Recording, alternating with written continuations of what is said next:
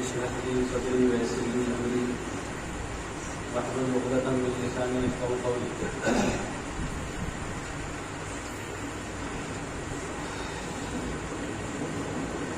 دوستوں اور بزرگوں،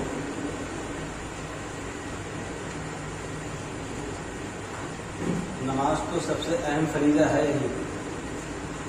اس کے متعلق کچھ مسائل ہر ہفتے بیان کر دیے جاتے تھے. اس ہفتے صرف اتنی گزارش ہے نماز کے تعلق سے کہ نماز کے جو اصول آداب ہماری جانکاری میں ہیں اس پر عمل کریں. اب کم از کم آخری درجے کی چیز یہ کہ نماز بڑی سکون کے ساتھ پڑھنے کی کوشش کریں. سکون کا مطلب ہلنا ڈلنا بالکل کم کرنا.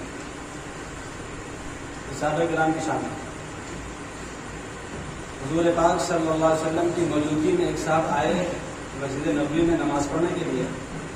نیت باندھی نفل نماز، اور 2-3 مرتبہ انہوں نے اپنے ہاتھ کو اٹھایا اور داڑھی پر پھیرا.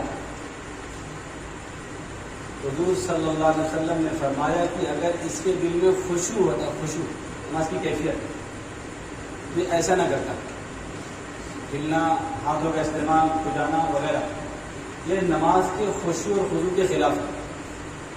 جتنا پرسکون ارادہ کریں بالکل کہ ہماری حرکت نہ ہونے پائے، اس کو ارادے میں لائیں تو نماز میں ترقی ہوگی انشاءاللہ. دوسرا مسئلہ یہ ہے کہ میں درود شریف کے متعلق شروع میں 2 ہفتے تفصیل سے بیان کیا. پھر ضرورت محسوس ہوئی تو پھر 1-2 مرتبہ اصول بیان کر دیا جائے گا، کیونکہ کوئی بات ایک مرتبہ میں یاد نہیں ہوتی.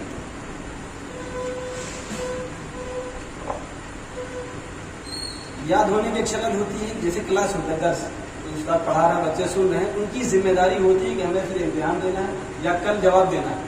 تو ان کے سننے کا انداز تھوڑا سا الگ ہوگا. اگر ہمارا انداز اتنا طاقتور ہو جائے تو بات کچھ آسانی سے یاد ہو سکتی، پھر بھی ایک بار میں تو نہیں ہوگی. اس کے بارے میں بھی ایک بات آپ سن لیں آسانی کے لیے. وہ حدیث شریف کا مفہوم ہے، جب بھی نام آئے حضور پاک صلی اللہ علیہ وسلم کا تو چھوٹا سا صلی اللہ علیہ وسلم ایک درود ہے، اس کو پڑھ لیا جائے. صلی اللہ علیہ وسلم یا صلی اللہ علیہ وآلہ وسلم. جتنے بڑھائیں گے بڑھتا جائے گا، کیونکہ مختصر ہے اور حالات کے اعتبار سے مختصر پڑھنا آسانی ہے. اس میں افضل تو وہی جتنا بڑا ہوگا، لیکن چونکہ ہم کچھ بات سننے کے لیے بیٹھے ہیں، جب ہم پڑھیں گے تو پھر ہم بخیل نہیں کہلائیں گے. نبی صلی اللہ علیہ وسلم نے فرمایا کہ جو درود شریف آنے پر، نام آنے پر حضور صلی اللہ علیہ وسلم کا درود نہ پڑے گا وہ بخیل ہے. اور بخیل ہونا اچھی صفت نہیں ہے، یہ صفت مذموم ہے، بری صفت. اور جو دنیاوی معاملات میں بخیل ہو وہ چھوٹا بخیل ہے، اور اس معاملے کا بخیل یہ بڑا بخیل ہے. ہم نے ایک بزرگ کا بیان سنا تھا ممبئی کے اندر، اللہ کی مسجد میں. انہوں نے بڑی عجیب بات فرمایا کہ اس مبارک نام حضور صلی اللہ علیہ وسلم کا آنے پر درود شریف پڑھنے کی اتنی عادت ڈالو جیسے سانس لینا نہیں بھولتے نا. کسی بھی غم میں ہو، خوشی میں ہو، ٹینشن میں ہو، ذمہ داری میں ہو، گھر سانس لینا وہ ہمارا ایک فطری چالو رہتا ہے. انہوں نے فرمایا کہ اسی طرح ہم کو سوچنا نہ پڑے گا، وہ خود بخود نکل جائے گا، اس کا نور آئے گا. اس کی عادت ڈالنے تو آئے گا. ایسا نہیں کہ ہر آدمی ایسا ہی ہے، ایسے لوگ بہت کم ہیں دنیا میں، بہت کم. لیکن حضور صلی اللہ علیہ وسلم سے قربت اور محبت کے تقاضا یہ ہے کہ درود شریف کی کثرت ہو. تیسری بات یہ ہے کہ کچھ جماعت کے ساتھی آئے ہوئے ہیں نصیر آباد سے اور دیگر حضرات بھی آئے ہیں. انہوں نے درمیان میں 2 دن پہلے کچھ تقاضا کیا کہ کچھ نصیحت فرما دیں، نصیحت ہو جائے جماعت کے جو ساتھی ہیں ان کے لیے. طبیعت ہماری گزشتہ جو دوشنبہ گزرا ہے اس کی منگل سے شروع ہوئی، کچھ ناساز لیکن بہت اچھی نہیں، لیکن اللہ کا شکر ہے. میں نے تھوڑا سا عذر کر دیا تھا، تو آج ان کے متعلق بھی کچھ باتیں نازل کر دیتے ہیں. دعوت جس کو کہتے ہیں، دعوت اس دعوت کی بنیاد جو ہمارے اکابر نے رکھی ہے وہ قرآن کریم کی آیت ہے، ادعو الی سبیل ربک بالحکمہ والموعظۃ الحسنہ وجادلہم باللتی ہی احسن۔ تو اگلا ٹکڑا کہ دعوت کی بنیاد حکمت پر رکھی گئی، حکمت یعنی اس کام میں لگ کر کے جب ہم اخلاص کے ساتھ اللہ کو راضی کرنے کے لیے اور فکروں کے ساتھ اصول آداب حضور صلی اللہ علیہ وسلم کے فرمان اور صحابہ کرام کے جو طریقے ہیں اس کے مطابق جب ہم زندگی گزاریں گے، اس کام میں لگیں گے تو یہ حکمت آتی ہے۔ حکمت چھوٹی سی چیز نہیں ہے، حکمت غلۃ المومن، مومن کی گمشدہ پونجی ہے،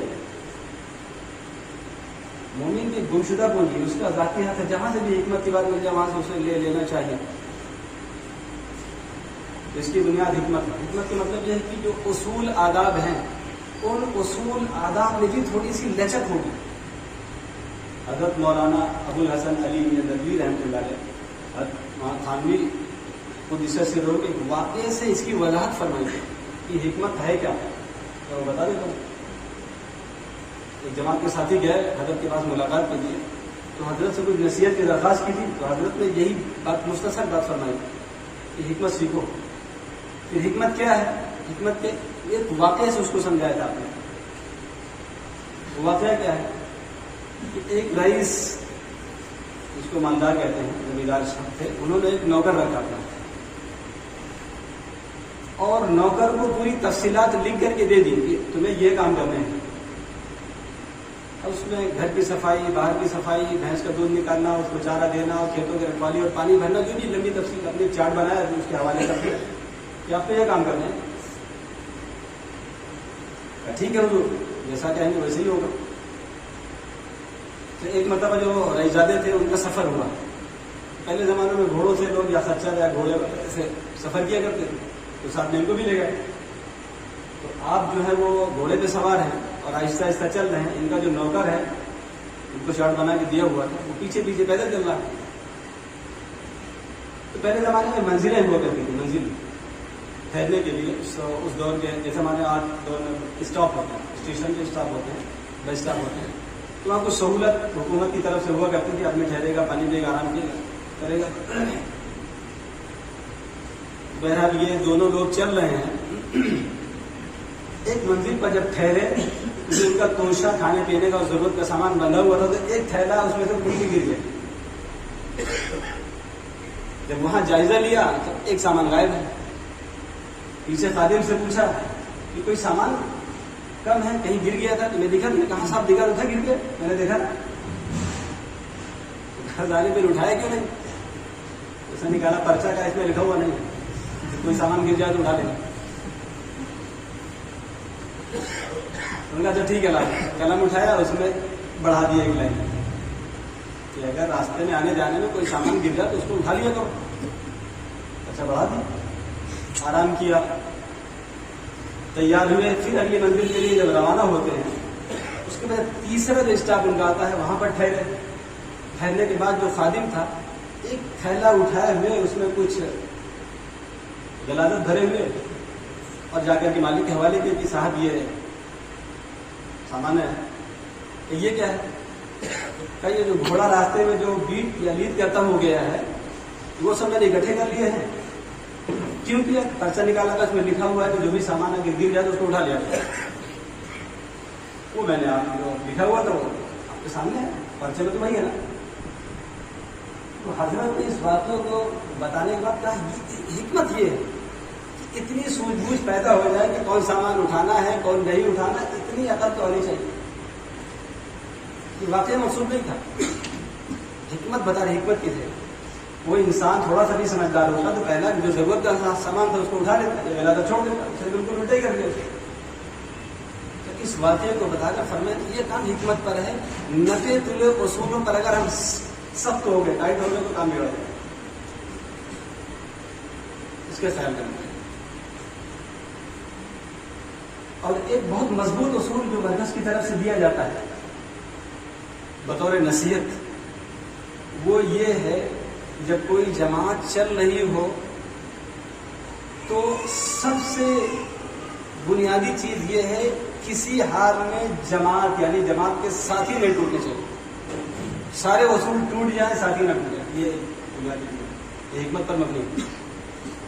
یہ اصول ہوتے ہیں نا ہمارے، یہ تعلیم ہے اور گشت ہے اور ملاقات ہے اور قرآن کریم کا حلقہ ہے اور پھر صبح شام ذکر ہے وغیرہ، یہ جو اصول بتائے جاتے ہیں اس پر عمل کیا جاتا ہے، کرایا جاتا ہے، اس کے فضائل بتائے جاتے ہیں، یہ سب بہتر اچھی چیز ہے۔ لیکن سارے اصول ٹوٹ جائیں لیکن ہمارا ایک ساتھی نہیں ٹوٹنا چاہیے، یہ سب سے اہم اصول میں سب سے اہم، سب سے بڑا اصول ہے۔ 2.5 گھنٹے کی تعلیم ہے، 2.5 گھنٹے میں ساتھی ٹوٹتے ہیں، کم کوئی ساتھی ہے مزاج تھوڑا سا سخت ہے، وہ بگڑا ہوا ہے، کہتا ہے میں نے تعلیم میں نہیں بیٹھوں گا، مت بیٹھ بھائی، آرام کر۔ لیکن 40 دن 4 مہینے 3 دن جو بھی گیا ہے، کسی حال میں ساتھی ٹوٹنا نہیں چاہیے، ورنہ پھر آپ کے ہاتھ سے نکل جائے گا۔ اس بات کو بہت زیادہ دھیان رکھنا ہے، اور امیر ذمہ دار جو ہوتا ہے، بہرحال وہ اپنے کو امیر نہ سمجھے، خادم سمجھے گا، تب تو کام بنے گا۔ لوگ امیر سے متاثر ہو جائیں، اس کا مطلب اس میں کام ٹھیک نہیں۔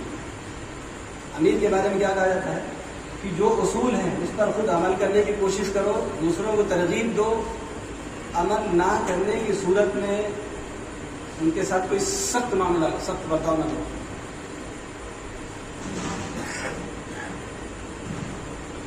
یہ اصولی بات ہے، اس میں کہیں نہ کہیں ہم سے چوک ہو جاتی ہے اور ہم ایک 90 تلے اصول پر چلتے ہیں اور ساتھی خدا نخواستہ ٹوٹ گیا، یہ ہمارا بڑا خسارہ، بڑا نقصان، کیونکہ ہم کام نکلے تھے سیکھنے کے لیے نا، جوڑنے کے لیے۔ اس کام کا منشا ہی جوڑنا ہے، سیکھنا ہے، اور اپنی دینی کمزوریوں کا احساس پیدا کرنا ہے، اس کام کا منشا ہی تھا۔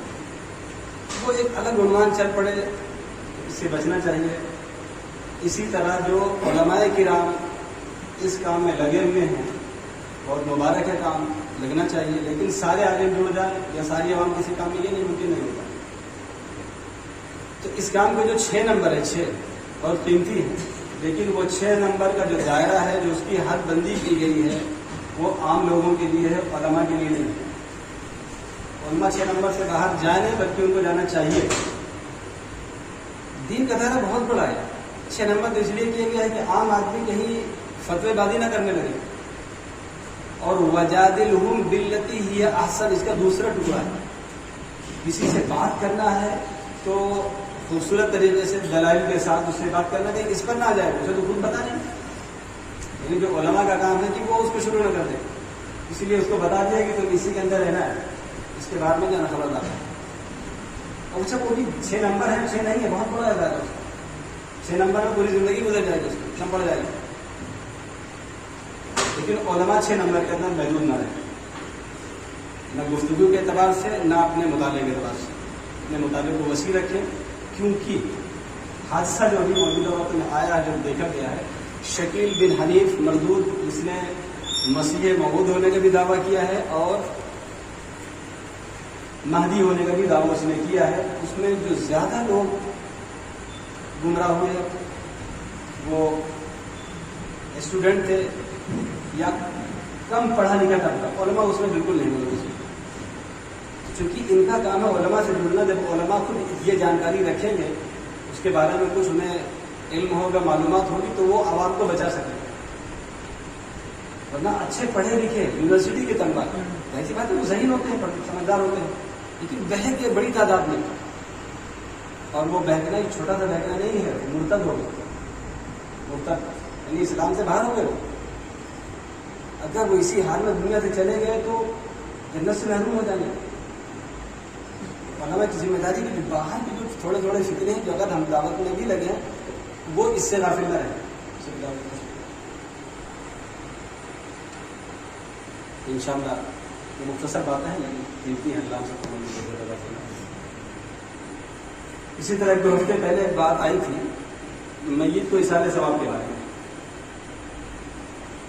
خصوصاً جو ہمارے والدین ہیں، ان کا بڑا حق بنتا ہے ہمارا کہ ان کے دنیا سے چلے جانے کے بعد ان کی جو اولاد ہے، ان کے ذریعے سے ان کو نفع پہنچتا رہے۔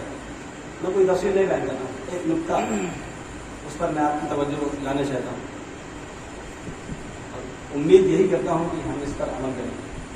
تو ایصال ثواب کی جو بھی شکلیں ہیں، ایصال ثواب سمجھ رہے ہیں نا، میت کو کسی بھی عمل سے ثواب پہنچانا، تو سب سے طاقتور جو ایصال ثواب ہے وہ کیا ہے؟ سوال یہ جس پر ہماری توجہ بالکل نہیں ہو رہی. کوئی کمزور نہیں، مطلب جس میں زیادہ نفع اور زیادہ اس کے اندر مالی مفعول چھٹے ہوئے ہیں، وہ کیا ہے؟ ایک حدیث شریف میں بتلایا گیا جب کسی کا انتقال ہو جاتا ہے تو مرنے کے بعد اس کے ساتھ 3 اس کے عمل جو ہے اس کو ثواب پہنچتا رہتا ہے. ان میں صحیح مدین ہے تو صدقہ ہے. آخری میں اس میں ذکر کیا اور ولد و صالح ہو وہ جاؤ نیک اولاد، یہ سب سے طاقتور صدقہ ہے جس کا ثواب میت کو یعنی والدین کو پہنچتا ہے. اس معاملے میں امت غافل ہے. تو قرآن کریم پڑھ کے آپ نے ثواب پہنچایا تو ایک گلدستہ ہے، ایک پھول آپ نے پہنچا دیا، ایک تحفہ ہے وہاں پہنچ گیا، خوش ہو جائے گا. صدقہ کر دیا اس کی ایک ہی شکل ہے. لیکن جب اولاد نیک ہوگی، ماں باپ نے نیک بنایا پھر وہ چلے گئے تو خود نیک بنو نا، منع ہے. مقصود ہی ہے جو انبیاء اسی لیے تو بھیجے گئے تھے کہ پوری امت نیک بن جائے، جنت کے مستحق بن جائے، صحیح راستے پر. جب یہ اولاد نیک ہوگی تو یہ قرآن کی تلاوت بھی کرے گی، دعا بھی کرے گی، صدقہ بھی کرے گی، والدین کے مرنے کے بعد جو ان کے قرضے وغیرہ ہوں گے ان کو بھی ادا کرے گی، اور یتیموں بیواؤں کا خیال بھی کرے گی، اور یہ سارے ثواب ماں باپ کو پہنچتے رہیں گے. اس کو ہم نے پیچھے کر دیا ہے، باقی ساتھ کے پیچھے لگے ہوئے. میں چھوڑنے کی بات نہیں کر رہا ہوں، کسی جو چھوٹا ہو اس کو پکڑنے کی بات کر رہا ہوں. کسی کو چھوڑو یہ نہیں کہہ رہا ہوں. سارے آپ عمل کریں، قرآن کریم پڑھیں اور اپنے جو مرحومین ہیں ان کے لیے نیت کریں ثواب. اس کو نہیں منع کر رہا ہوں. جو ہمارا چھوٹا ہوا مسئلہ ہے وہ پکڑو اس کو. اس میں ساری چیزیں آ جائیں گی نا. لیکن کب آئے گی؟ جب اولاد نیک ہوگی.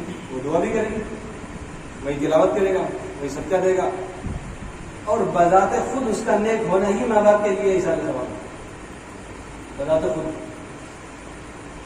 امیر المومنین حضرت عمر بن عبدالعزیز، عمر فاروق نہیں، عمر بن عبدالعزیز رحمۃ اللہ علیہ، جب انتقال کا وقت قریب آیا تو چونکہ خلیفہ تھے اور حاکم تھے اپنے وقت میں، کیونکہ 12 لڑکے تھے، تو بعض لوگوں نے مشورہ دیا کہ آپ کے پاس کوئی زمین جائیداد، کوئی بیلنس اور کوئی آپ کی ملکیت میں کچھ بھی نہیں، تو ان اولاد کے لیے بیت المال سے وظیفے کے لیے کچھ فرمان جاری کرنا ہے.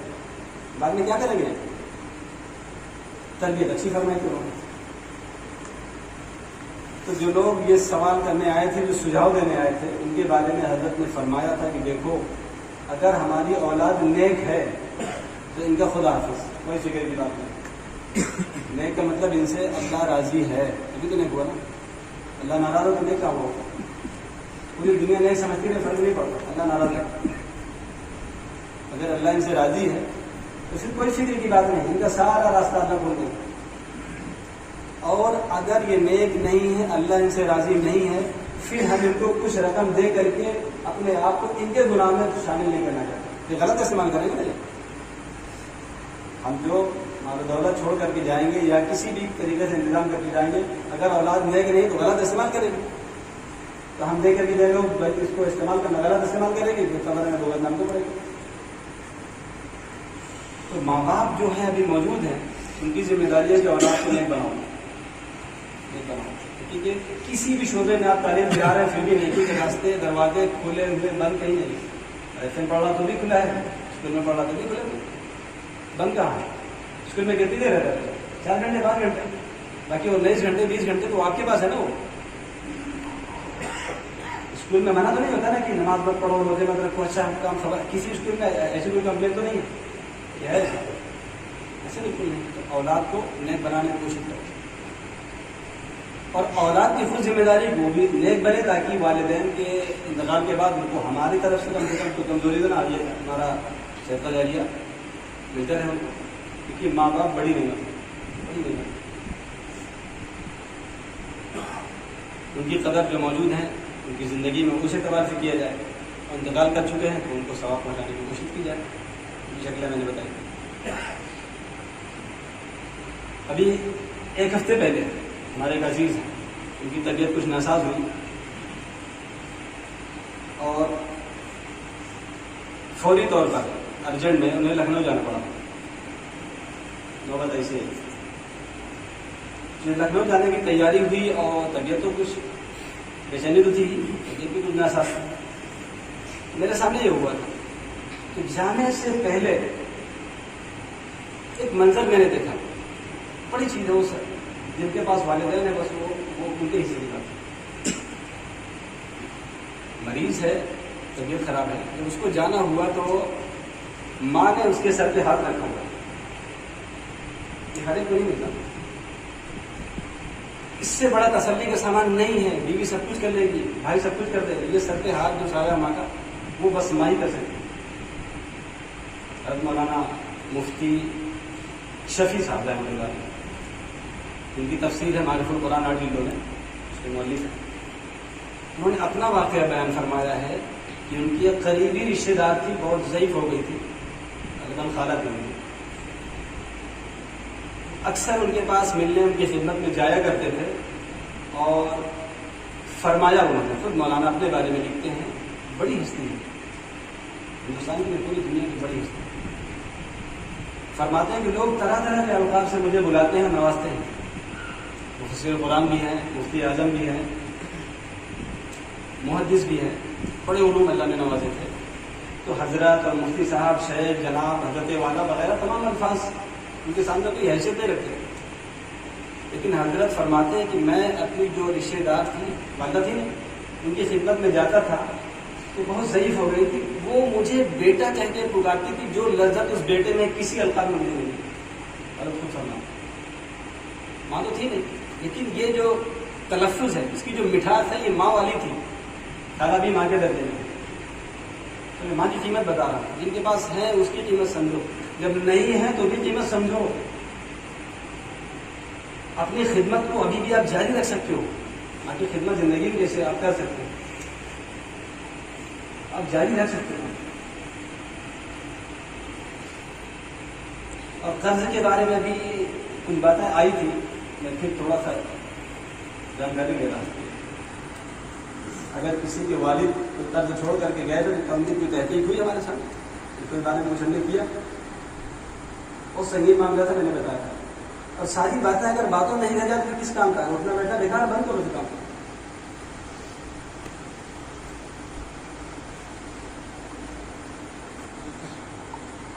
اگر جو تقریباً 100 لوگ آج ہوں گے، پچھلے ہفتے بھی 70-80 آدمی رہے ہیں، ان میں سے اگر ہمارے جو قرضے کے تعلق سے بات سے کوئی بیداری نہ آئی تو کس کام کا ہمارے اٹھنا بیٹھے؟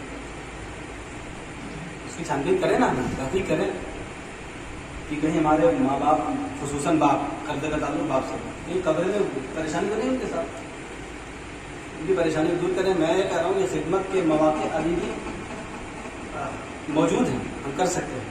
اللہ ہم سب کو کرنے کی کافی ہو رہا ہے، تھوڑا سا ہو سکتا ہے کرنے. اور ایک واقعہ خوبصورت سا حضور صلی اللہ علیہ وسلم کی زندگی کو میں بیان کر دے رہا ہوں.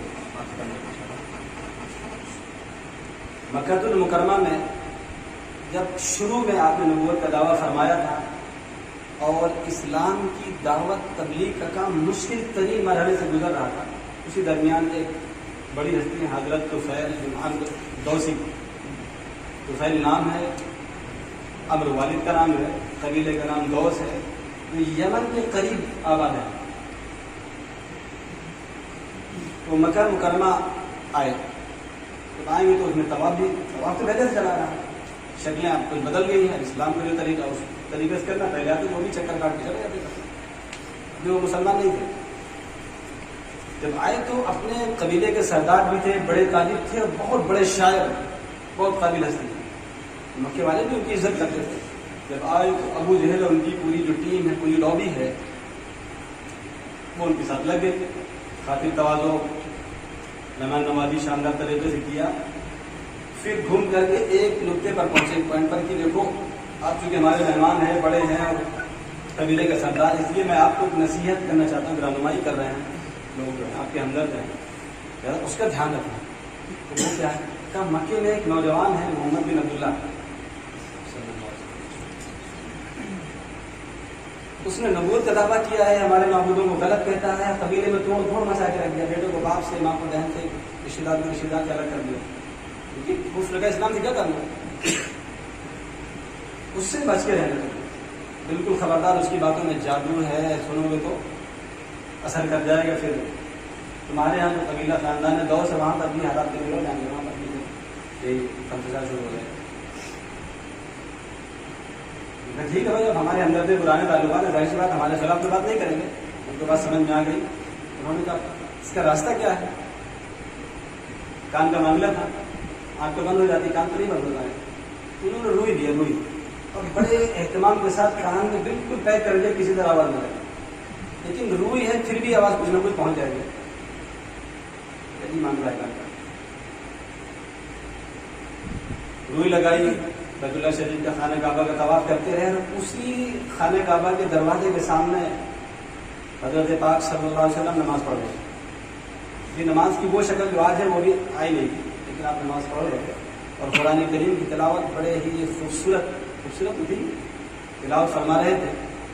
اور یہ صاحب وہاں سے گزرے, چہرے پر نظر پڑی, کہ تو بڑا کوئی وجیب باوقار شخص ہے کوئی. اچھا وہ پہچانتے نہیں تھے, چہرے پر نظر پڑے تو متاثر ہوئے. پھر جو قریب سے گزرے, جو آپ جو ہے وہ نماز پڑھ رہے تھے, قرآن کریم کی تلاوت کچھ آیات تھی وہ پڑھ رہے تھے آپ اس کو, تو کان میں روئی سے چھل کر کے وہ آوازیں کچھ پہنچ گئی. تو وہ کہتے ہیں اپنے بارے میں کہ اللہ تعالیٰ کا منشا ہی ہے, انہوں نے زبردستی میرے کان میں آواز پہنچا دی. پہنچنے کے بعد مجھے کلام بڑا میٹھا, بڑا خوبصورت, بہت اعلیٰ درجے کا لگا. تو اپنے آپ کو کہتے ہیں کہ تو خیر اتنا نادان تو نہیں ہے, شاعر ہے, مکی کا اپنے قبیلے کا سردار ہے, کہ اگر ان کی بات میں کوئی اچھائی ہوگی تو لے لیں گے, نہیں سمجھ میں آئے گا چھوڑ دیں گے. اس میں کون سی پریشانی کی بات ہے, روئی لگا کے بیٹھو, سب پڑھے لکھے آدمی ہو. میں نے روئی ہٹایا اور کچھ کلام سنا. سننے کے بعد پھر انتظار کیا جب اللہ کے نبی صلی اللہ علیہ وسلم اپنے گھر تشریف لے گئے کہ وہاں پہنچے. جانے کے بعد انہوں نے سوال کیا کہ آپ کیا فرماتے ہیں, آپ کی تعلیم کیا ہے, مشن کیا ہے؟ تو آپ صلی اللہ علیہ وسلم نے مختصر انداز میں توحید, رسالت اور اسلام کی تبلیغ تعلیم ان کے سامنے فرمائی. اور قل هو اللہ احد اور معوذتین, قل اعوذ بالفلق, قل اعوذ بالناس تلاوت فرمائی ان کے سامنے. بس قرآن کریم کو سننا. تو شاعر کا اپنے وقت کا نام پر عربی زبان کے لفظ لہجے سے واقف تھے, ہم کو بھی پتہ نہیں کچھ. اس کا جو وزن ہوتا ہے وہ عرب والے جانتے ہیں. بس اتنا سننا تھا کہ بس وہ جھکتا نہیں اللہ کہ مجھے میں کرنا پڑا تھا. کلمہ پڑھا دیا. جانے کا وقت آیا کہ ہم اپنے قبیلے واپس جا رہے ہیں, تو کہا کہ اپنے قبیلے میں جا کے پھر ہم کو یہی کام کرنا ہے, تو ہم آپ کے غلام ہو گئے. کوئی علامت دیتے ہیں, ہم کو کوئی علامت مل جائے تاکہ وہاں ہمارے لیے کچھ اعزاز بھی ہو جائے گا اور ایک نشانی بھی ہو جائے گی. لوگ کہیں گے ہاں کچھ لے کر کے آیا ہے. تو حضور صلی اللہ علیہ وسلم نے دعا فرمائی کہ اللہم اجعل لہ آیۃ, ان کے لیے کوئی علامت بنا دے جو وہاں اپنے قبیلے والوں کو دکھا سکے. تو ایک نور ان کی دونوں آنکھوں کے درمیان سے نکلا, نور. انہوں نے محسوس کی, روشنی محسوس کی. جانے لگے تو پھر انہوں نے یہ خیال کیا کہ کہیں یہ عیب نہ بن جائے. نور ہے, کوئی کہتے ہیں پتہ نہیں کیا ہے, سفیدی آ گئی ہے, تو اس کو ان کو سمجھ میں نہیں آیا. پھر انہوں نے اپنی دعا فرمائی کہ یہ ہمارا نور اگر کہیں اور منتقل ہو جاتا تو ہمارے لیے بڑی اچھی بات ہوتی. تو ان کا جو کوڑا تھا یا عصا, بعض روایت میں کوڑے کا تذکرہ, بعد میں عصا کا, لیکن کوڑے کا تذکرہ زیادہ. کوڑا چھوٹا سا برا ہوتا ہے, اس کی جو نوک ہوتی ہے وہ نور وہاں منتقل ہوگا, بالکل موم بتی کی طرح جلنا شروع ہو گیا. وہ کسی بھی آگ میں رکھو, جلنا اس میں روشنی ہوگی, وہ جلتا نہیں تھا, نور نظر آتا ہے. آگ نہیں تھی, آگ نہیں تھی. نبی پاک صلی اللہ علیہ وسلم کی دعا تھی کہ اے اللہ ان کے لیے کوئی علامت بنا دے. اپنے دعا فرمائی اور نبی کی دعا رد نہیں ہوتی. تو اپنے قبیلے گئے, محنت کیا. تو گھر میں والد, والدہ اور جو رشتے دار تھے, بیوی, یہ تو اسلام لے آئے, یہ گھر کا معاملہ تھا.